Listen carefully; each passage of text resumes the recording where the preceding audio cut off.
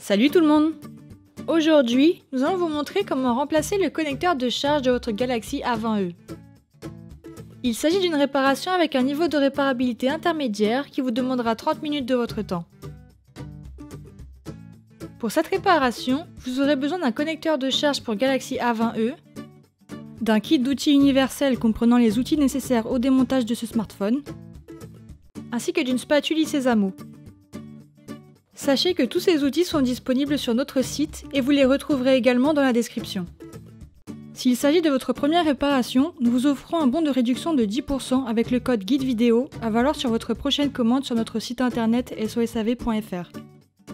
Avant de passer à la réparation, vérifiez bien le modèle du téléphone en allant dans les informations de l'appareil afin de s'assurer qu'il s'agit bien d'un Samsung Galaxy A20e. Puis, pour des raisons évidentes de sécurité, éteignez l'appareil. Avant de commencer le démontage, retirez le tiroir SIM se trouvant sur la tranche gauche du téléphone. Pour ouvrir le téléphone, il va maintenant falloir déclipser la coque. Pour cela, glissez délicatement la spatule Sésamo dans un coin du téléphone, entre la coque et le châssis, pour créer une ouverture. Allez-y délicatement pour ne pas abîmer la coque ni le châssis. Poursuivez en déclipsant les deux côtés de la coque arrière, toujours avec la spatule Sésamo. Une fois tous les côtés déclipsés, vous pouvez séparer doucement la coque arrière du châssis. Votre coque arrière est maintenant démontée. Ensuite, utilisez la spatule en nylon pour déverrouiller la nappe du capteur d'empreinte, puis retirez-le. Pour la suite du démontage, dévissez les 6 vis entourées en rouge avec le tournevis cruciforme. Puis, retirez le cache plastique à l'aide de la spatule Sésamo.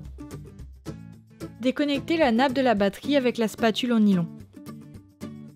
Nous allons maintenant retirer le connecteur de charge. Pour ce faire, il va falloir enlever dans un premier temps le bloc antenne. Dévissez alors les 7 vis entourées en rouge avec le tournevis cruciforme. Ces vis retiennent le bloc antenne. Soulevez alors délicatement le bloc antenne. Avec la spatule en nylon, déconnectez tour à tour le câble d'interconnexion blanc GSM, la nappe de liaison du connecteur de charge et le câble d'interconnexion bleu Wi-Fi Bluetooth. Ensuite, dévissez la vis retenant le connecteur de charge au téléphone. Avec la spatule Sésamo, soulevez et retirez le connecteur de charge.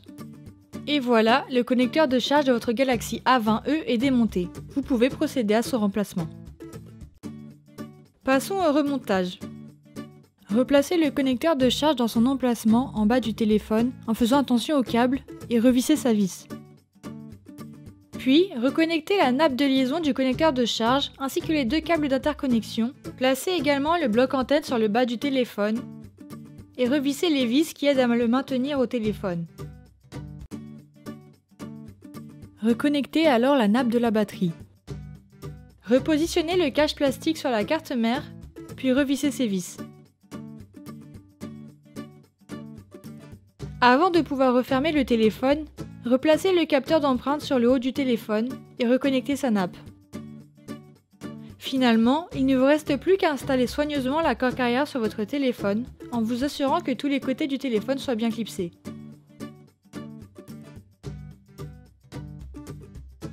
N'oubliez pas de remettre le tiroir SIM.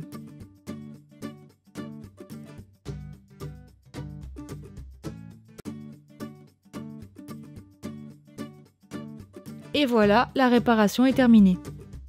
Et pour rappel, pour cette réparation, vous aurez besoin d'un connecteur de charge pour Galaxy A20e, d'un kit d'outils universel comprenant les outils nécessaires au démontage de ce smartphone, ainsi que d'une spatule Sésamo.